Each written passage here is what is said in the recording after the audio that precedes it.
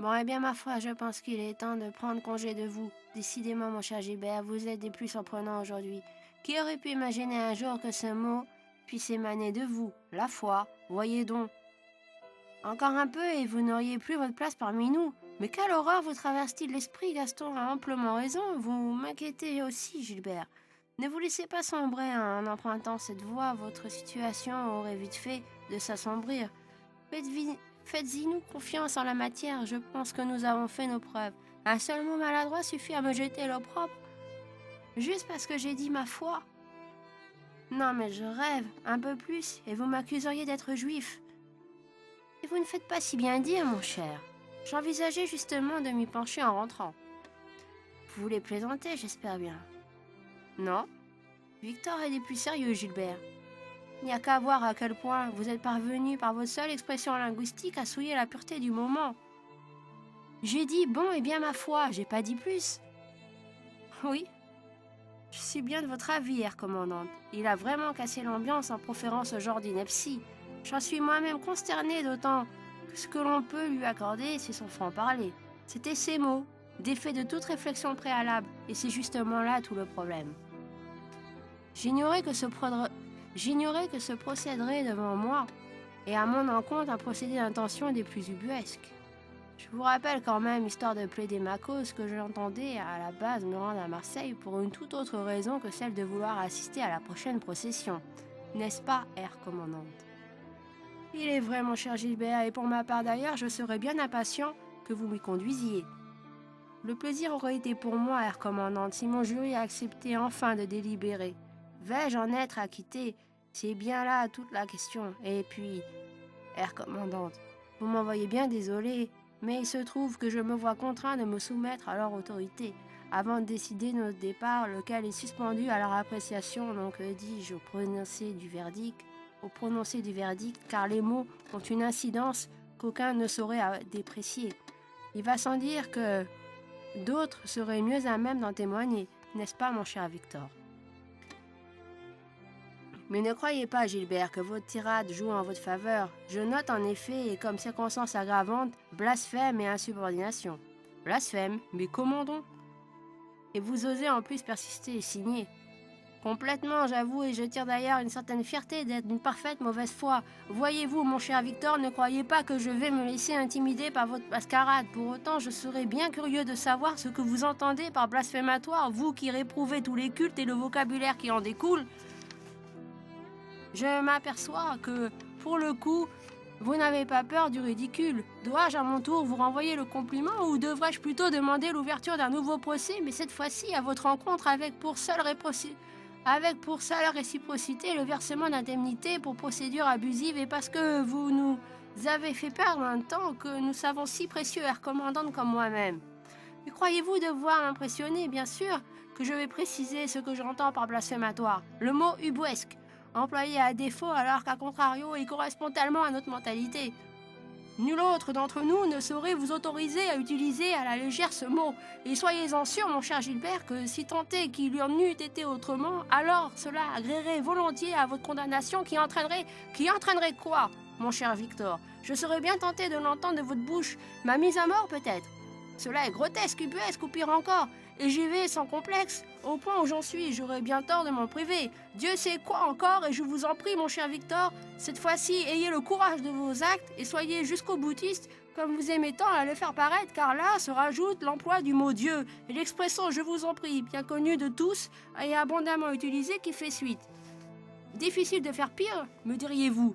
Mais là encore, en ce domaine, plus dérapage. Je vous présente mes plus plates excuses et encourage nos amis à en faire tout autant. Enfin, du moins, et si je puis me permettre de les inviter à le faire, car n'ayez crainte, Herr Commandante, je ne tiens absolument pas à raviver la brèche. Oui, bien évidemment, comment pourrait-il en être autrement? Nous vous renouvelons toutes nos... Assez, voyons, inutile de vous confondre en excuses. Je ne demande qu'une seule chose en définitif, et il en va finalement de ma seule exigence, c'est de partir, m'évader, m'enfuir, ou tout au moins m'échapper d'ici sans vouloir non plus vous offenser et ouvrir là un nouveau foyer de conflit. Bien évidemment, Herr Commandant, nous en sommes tout simplement gênés, mais il en va tout de même de la réputation de la police de Vichy. Promettez-nous alors, juste pour nous rassurer, que vous nous en tiendrez par rigueur et à travers nous, que vous conserverez même une bonne opinion de notre brigade. En voilà donc du toupet, Gaston. Vous n'y pensez pas, il n'a rien à vous promettre. Ah oui alors. Il en faut de l'audace pour oser poser un tel ultimatum. C'est en effet d'une incorrection, j'ai honte pour vous, mon cher Gaston. N'allez-vous pas recommencer? C'est une manie ou quoi? Chez vous, Français, je vous savais révolutionnaire, mais de là à penser que vous étiez des polémiqueurs avérés en soi, je l'ignorais. Alors laissez-moi vous jurer sur l'honneur, mes chers amis, que je garderai un souvenir intarissable de notre rencontre. Intarissable de notre rencontre. Ce déjeuner fort en émotion était d'une richesse en niaiserie inégalable. Oh, je ne vous le fais pas dire, commandante, et pour l'heure, je n'ai plus non plus d'autres prérogatives que de prendre enfin, et c'en est bien légitime, le chemin de la sortie. Ne soyez surtout aucunement défiant de ma part à votre égard. Ce serait là vous fourvoyer. Je puis vous l'assurer, mes chers, faites-en moi au moins le privilège du bénéfice de la sincérité et non l'offense d'en douter. Faut-il devoir encore l'espérer? Toujours est-il que vous en sortirez grandi. Toujours est-il que vous en sortirez grandi et que ça en serait là la plus flatteuse façon d'en oublier la disgrâce. Mais comment pourrait-il en être autrement, mon cher Gilbert? Vous n'y pensez pas? Le contraire aurait été on ne peut plus discourtois. Oui, Albert a raison. Et en ce qui me concerne aussi, je ne m'aventurerai pas non plus à vouloir jouer les prolongations, même s'il convient de reconnaître que le sport est une de mes plus ferventes passions. En effet, Gilbert, vous pouvez disposer sans craindre d'une quelconque amertume de ma part. J'en suis tellement navré pour vous, mon cher, j'ignore encore ce qui aurait pu me complaire à un tel niveau. Mais dites-moi donc, dois-je en voir là la volonté de me réhabiliter dans mes droits, mon cher Victor? Tout à fait, Gilbert, je reconnais pleinement mes torts, allez savoir probablement les effets secondaires de cette pas moins succulente bouillabaisse. Partez, mon ami, sans autre souvenir que celui qui nous a réunis. Victor, vous êtes si bouleversant. Oui, parfaitement si bouleversant qu'il en va de le souligner. Pour le coup, nous tombons d'accord de n'avoir à devoir retenir que ce qui nous rassemble, nous ressemble, et laisser de côté ce qui pourrait venir à nous diviser, à compromettre cette devise qui consentit pourtant tant à notre épanouissement. Oui, c'est bien dit, Édouard. Levons nos verres à ces paroles qui scellent notre amitié et clôturons ainsi notre déjeuner d'isolants à rebondissement. À notre amitié à jamais renouvelée. Eh bien, vous m'envoyez soulagé. Enfin, une attitude compatible à votre engagement. Je repars tranquillisé à l'idée que les rangs sont serrés. C'est comme cela que l'on dit en français. Excusez-moi pour mes lacunes. Je demeure un éternel étudiant en la matière. Oh, Herr commandante, autant d'humilité vous honore. Vous ne réalisez même pas à quel point votre français est parfait. Certainement, j'aimerais tellement en dire autant de mon allemand. Mais bien évidemment, cela va sans dire. Nous sommes bien de votre avis, mon cher Gilbert. Pour une fois, me diriez-vous, Herr commandante, nous sommes tous tombés d'accord à l'unanimité. Vous êtes un rassembleur né, en voilà l'unique explication plausible. Quoi rajouter de plus? Quoi rajouter de plus? Ce n'est que j'en suis gratifié, pardonnez-moi là encore, attendez, je cherche le mot, je veux dire par là que je ne suis pas... Oh, le mot m'échappe, ah oui, expansif. Merci Gilbert. Quand le vocabulaire fait défaut, les mains sont bien utiles, et pas moins douées d'ailleurs de répondre de manière tout aussi élogieuse qu'il conviendrait de le faire.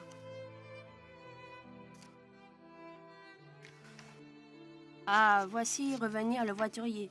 Je crois bien devoir vous saluer. Mais où est donc Gilbert maintenant? L'avez-vous vu? Oh, sûrement aux toilettes ou encore au vestiaire. Il devrait revenir d'une minute à l'autre. Alors dans ces conditions, je me verrai obligé de déplacer votre véhicule qui se trouve être finalement et justement devant la porte principale. Oui, ce serait en effet tout aussi judicieux, monsieur. Vous nous envoyez confus pour vous, mon cher. Tenez, ceci est pour vous. Herr commandant, comment? Vous êtes notre hôte. N'escomptez pas de voir nous faire cet affront. Édouard, voyons. Faites donc, mon cher. Mais bien sûr, je l'envisageais tout autant. Oui, ne vous en étonnez guère, Herr commandant. Je suis le trésorier de notre brigade et tout ce qui a trait Tout ce qui a trait à un quelconque financement est nécessairement soumis à mon contrôle, et permettez-moi de vous dire que je ne conçois pas un instant devoir faillir à mon obligation en vous laissant régler ne serait-ce que notre brave voiturier. Ça n'était qu'un pourboire, Édouard, n'exagérez rien, mais puisqu'il en est ainsi, et parce que je ne veux pas non plus vous être désagréable, j'en accepterai l'augure bien volontiers, considérant que je vous serai quitte en temps voulu. C'est bien votre expression ici, en France, me semble-t-il. Oui, en effet, commandante, ça l'est. La qualité de votre français nous ramène à nos propres lacunes. C'en est époustouflant et nous en sommes tous tout autant convaincus, commandante. Eh bien, je vous renouvelle mes remerciements, moi qui doutais de mes compétences en la matière, me voilà rassuré. À très bientôt, espérons-le bien, commandante. Et cette fois-ci, vous ne dérogerez pas à partager avec nous autres de la commandature un tout aussi agréable moment de détente, du moins, et si tenté que je parvienne à remettre la main sur ce cher Gilbert. Il faut dire que votre compagnie ne laisse pas place à l'ennui. Comment dit-on déjà, oui, une véritable cure de jouvence. Évidemment, commandante, c'est vraiment déplorable de sa part de devoir vous occasionner un tel désagrément. Édouard est parti à sa recherche, pourvu qu'il puisse le retrouver pour vous y conduire, auquel cas je le ferai tout autant, soyez-en assurés, commandante. Nous ne le savons que trop bien, Albert. Oui, n'ayez crainte, mon cher ami, j'ose espérer pouvoir repartir avec lui, mais si par extraordinaire il s'avérait que ce cher Gilbert demeure introuvable, j'emprunterai son véhicule pour m'y rendre, avec pour seul attribut le poids de mes pensées. Vous ne faites pas si bien dire, de l'éventualiser ainsi me paraît... Ah, autant pour moi, le revoilà. Alors, mon cher Gilbert, vous nous avez fait une telle frayeur. Qu'est-il donc advenu de vous? Vous m'avez l'air en piteux état, si je ne m'abuse. En effet, vous êtes tout pâle, quel embarras. Oui, j'ignore ce qui m'a plongé en cet état de soudaine léthargie. Oh, n'allez pas vous en étonner. Toute cette contrariété dont vous avez été victime en est sûrement la cause. Eh bien, dois-je comprendre que j'en suis le coupable désigné? Non, mais tout de même, c'est un monde. Comment dites-vous déjà, oui? Merci Gaston, on reconnaît bien là les gourmands. Vous osez à nouveau remettre le couvert. Vais-je donc pouvoir un jour espérer sortir de ce restaurant sans en arriver à utiliser les grands moyens, ou dois-je comprendre qu'il en est tout autrement? Je finis franchement par me demander s'il n'est pas préférable d'en rester là. Rendez-vous compte à quel point ça en devient regrettable à la fin. Mais ça va de soi, commandante, j'en suis tout aussi outré. Oui, assez maintenant, nous n'en demeurons point moins consternés. L'important c'est Gilbert, mon pauvre ami. Vous sentez-vous la force de vous embarquer à mes côtés? Conduire n'en est pas moins un plaisir. Soyez-en libérés si ça puis vous mettre à l'aise. Oui, bien sûr, je m'en sens coupable. Me croyez-vous à ce point malade pour vous laisser ma place? Voyons donc, commandante, ce serait là me sous-estimer. Ça me rassure, vous retrouvez là vos esprits. Rien de tel pour me remettre en forme, diriez-vous, d'autant que de vous savoir au volant m'offrira l'occasion de m'assoupir. Comment, ai-je bien entendu, ou... Au volant, dites-vous? Excusez-moi, mais faudrait-il alors en déduire que nous avons enfin franchi tous les obstacles et qu'il n'y aurait vraiment plus rien censé nous retenir ici? Parfaitement, commandante, et pour vous en convaincre, laissez-moi donc vous le prouver en vous invitant à en faire de même. Autant de maladresse décidément vous caractérise, mon cher Gilbert. Voyons, Gaston, ne pensez-vous donc pas qu'il serait temps d'adopter un autre comportement? Mettez un peu d'eau dans votre vin, très cher. Commandante est en effet agacée par vos invectives respectives, et moi donc, alors. Eh bien, je vois que vous avez le mot pour rire, mon cher Victor.